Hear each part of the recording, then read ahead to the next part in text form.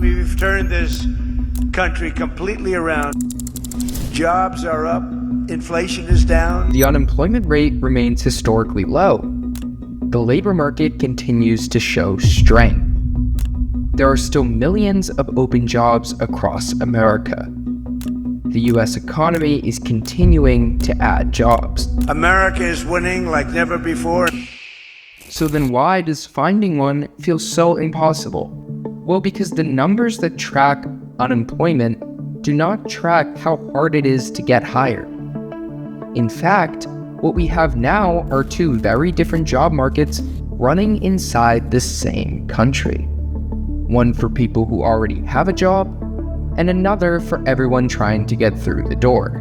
But why should you care? Well, because even if your job feels safe today, this freeze changes what happens if you lose it. It changes whether you can leave a bad boss. It changes whether your degree pays off. It changes whether you can ask for more pay, and it changes whether the next step in your life is still there when you're ready to take it. So you cannot just sit this one out, because a job market does not need to fire millions of people to take away power from the workers. Sometimes it just has to stop hiring. By the end of this video, you will know why unemployment still looks low, why firms keep posting jobs they do not seem to fill, why young workers are being hit first, and what would turn this hiring freeze into a real job market crash. Everyone is asking whether the job market is weak or strong, but that is the wrong question. The job market can protect people who are already inside while shutting out almost everyone else. So let us start by breaking this down in a simple way. The first thing that you need to know is that the unemployment rate is not fake. It is just answering a much smaller question than most people think. The unemployment rate asks how many people are looking for work right now but do not have a job. That is useful, but it does not tell you how many people were hired this month. It does not tell you how long it takes to find work. It does not tell you how many people gave up looking. It does not tell you whether a college grad is working in the field that they train for, and it does not tell you whether workers are trapped in jobs they hate because leaving feels too risky. The unemployment rate was 4.2% in June. But the country only added about 57,000 jobs that month, and the prior 2 months were later cut by a total of 74,000 jobs. So even the weak job growth we first saw turned out to be weaker than it looked. And this is the key split. The unemployment rate tells us that most people who had jobs kept them. The hiring data tells us that far few people are getting newer ones. So the job market has not fallen apart, it is frozen. There is one set of numbers that will make this clear. In May, American firms said they had about 7.6 million open jobs. More than 7 million jobs. What is everyone so upset about? But firms only made about 5.2 million hires. At the same time, only around 1.7 million workers were laid off or fired, and about 3.1 million workers quit their jobs. Those numbers tell a very strange story. Firms are not firing at a fast rate, but they are also not hiring at a fast rate. This is what people mean when they say low hire, low fire. And it may just be the best way to explain this job market. Think of it like musical chairs. Almost every chair is already taken. The music has stopped. But no one is being told to stand up, so the people sitting down feel safe. The problem is everyone still walking around the room. The new grads, the people who were laid off, the people that are coming back after having a child, people trying to change careers. For them, it does not matter that most chairs are still full. They need an empty one. And firms have stopped adding many new chairs. That is why two people can look at the same job market and tell two very different stories. And the longer this goes on, the more power moves back to the boss. Because when workers know another job will be hard to find, they stop taking risks. They stay where they are because even a bad chair feels safer than no chair at all. And this is where millions of open jobs become very hard to understand. You have likely seen this yourself. A job is posted online. Apply, weeks go by. The job is still there, but you never heard back. Then the same job gets posted again. So what is happening? Well, first, an open job does not always mean a firm is ready to hire someone today. Some firms post jobs just to build a list of people they may call later. Some keep posts online because they are always looking for the perfect person. Some are waiting for money or plan to be approved. Some just want to show their staff that help is coming even when they have not made the choice to hire. And some posts are simply just old.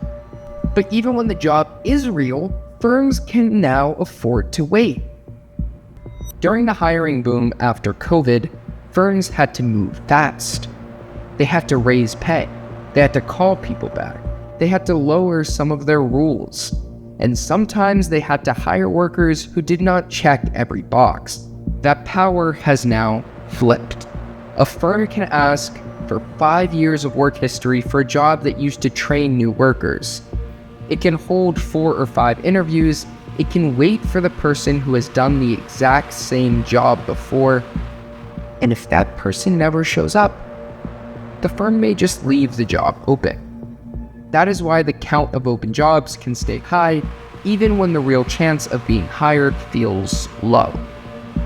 Basically, open jobs are what firms may say they want, but hiring is what they truly needed. It's like seeing 50 homes listed for sale. Sounds like a lot of homes. But if none are in your price range, that number means nothing to you. The jobs are there, but the path into them has become much more narrow, and no group feels that more than young workers. For years, the deal was simple. Go to school, get a degree, start near the bottom, learn from the people above you, and slowly move. But that first step is getting harder to reach.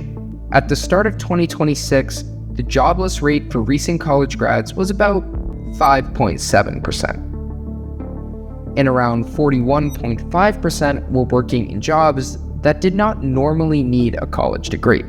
Now, that doesn't mean that 40% of college grads are now working at McDonald's. A lot of these jobs still pay very well, and some workers move into better work later. But it does mean a very large share of grads are not using the degree they spent years and often a huge amount of money to earn. Think about what entry-level work is meant to be. You hire someone with little work history. An older worker trains them. They make mistakes, they learn. And after a few years, they become the skilled worker that firms say they cannot find. But training takes time. It costs money, and it can slow down the people doing the teaching. So when firms become scared, training is one of the first things they cut. But there's a clear problem with that. You cannot hire skilled workers if nobody's willing to do the training. Remote work may also be a part of this. A New York Fed study found that work from home may explain a large part of the rise in joblessness among young college grads. That is because it's harder to train, watch, and help a new worker through a screen. And then, of course, there's AI. Whenever the job market gets weak, people blame the newest machine. In the past, it was factory machines. Then it was computers. Then it was the internet. Now it's AI. And yes, AI is changing work, but the story is not as simple as robots taking jobs. AI does not need to fire you to weaken the job market. It just needs to stop the next worker from being hired. Let us say a team has 10 workers. the amount of work grows. A few years ago, the firm may have hired worker number 11. Now it gives the 10 workers an AI tool. The workers write faster. They sort data faster. They answer more emails. They make more ads. That is exactly the kind of change that the unemployment rate may miss at first. The hard part is that we can't blame this whole freeze on AI. The rise in problems for young grads started long before AI came on the scene. Even the Federal Reserve says the broad job data still show only limited signs that AI has changed the full labor market so far. So AI may not be the cause of the freeze, but it can make the freeze last much longer. And this takes us to another part of the job market that is easy to miss. People are not only taking longer to find work, they are unemployed longer. The jobless rate tells us how many people are out of work, but it does not tell us how long they've been out. That matters. Being unemployed for 2 weeks is very different from being unemployed for 9 months. At first, you apply for the jobs you really want. Then you begin to apply for the jobs you might take. And then you'll apply for almost anything. About 1.9 million Americans have been unemployed for at least 27 weeks. That was hundreds of thousands more than 1 year earlier. There were also around 4.7 million people working part-time because they could not find full-time work. This is why the job market freeze can feed itself. When it gets harder to find work, people stop quitting. When fewer people quit, fewer jobs open. When fewer jobs open, searches take longer. When searches take longer, workers become more scared. And when workers become more scared, they hold on to their jobs even tighter. This is called holding on to labor. The simple way to say it is this: firms remember how hard it was to hire, so they are keeping trained workers even when they do not need more of them. Sounds good. And for the people inside the firm, it often is. But for the people outside, it shuts the door. This also explains why the job market can feel much worse without becoming a full crash. A full crash destroys jobs. A freeze destroys moves. The job stays, but the path between jobs disappears. And there is one more reason that weak hiring has not pushed the unemployment rate higher. America doesn't need as many jobs as it once did. A few years ago, the US workforce was growing fast. More people were entering the country, more people were reaching working age, and more people were looking for jobs. That meant America had to add a large number of jobs each month just to keep unemployment from going up. But that has all changed. The growth of the workforce has slowed. The population is getting older, more people are leaving work, and the rate of new people coming into the country has dropped. The Federal Reserve says the slower growth has cut the number of new jobs America needs each month just to keep the jobless rate steady. But here's the key point. That helps the national number, but it does not help the person looking for work. In a New York Fed survey, the chance workers thought they had of finding a new job after losing their current one fell to the lowest level since that survey began. That may be the clearest sign of all. Workers with jobs do not feel safe because they know getting the next one could be much harder. So what we have is not just a weak hiring market, it's a fear market. And we've seen a version of this before. I know what you're thinking. You're thinking it's 2008. Everybody hears financial crisis, jobs, they think 2008. But what if I told you that this isn't the job market of 2008?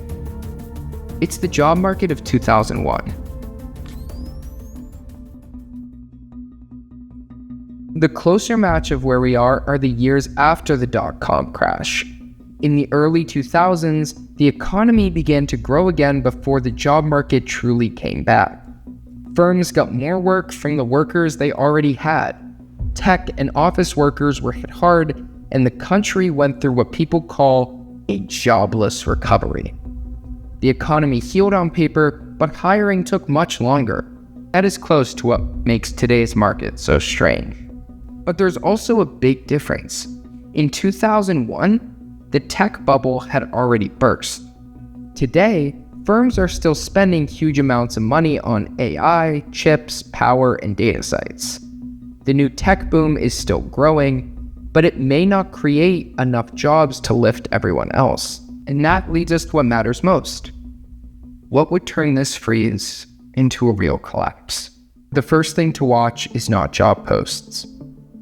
It is jobless claims. That is the number of people asking for jobless aid after losing work. As long as claims stay low, most workers are still holding onto their jobs. But if that number begins rising week after week, firms may be moving from not hiring to firing. That would be the first major break. Then watch layoffs. Right now, layoffs remain low compared with the size of the US workforce. But if firms begin cutting workers across many fields, not only tech, media, or one weak part of the economy, the freeze could spread. Then watch long-term unemployment. If more people remain out of work for 6 months or longer, it means the door is staying shut. Then watch spending. People without jobs spend less. That shouldn't be a surprise.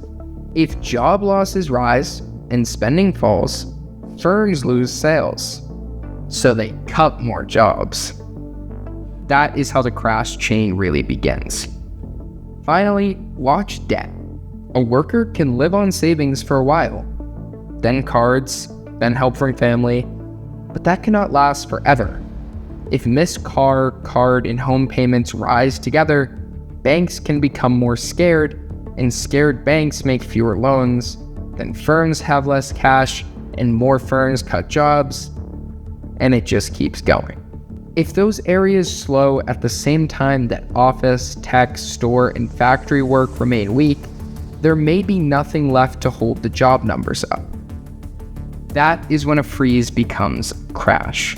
And if you want to know more about the economy collapsing and what that means and what would have to happen for the economy to collapse right now, check out our latest video. It goes fully in depth on that topic, and I think it's pretty interesting. But let's get to the question that you really care about.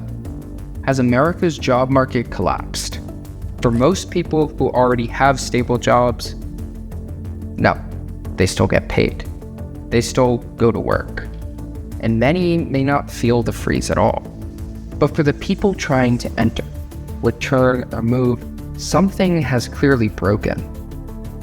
Because if firms finally begin firing the workers they have spent years holding on to, there will be almost no hiring market left to catch that. That is when the people inside will learn what the people outside already know. The job market did not suddenly break. It has been freezing for months. And by the time the main numbers show it, that door may already be locked. Thank you for watching The Hidden Media.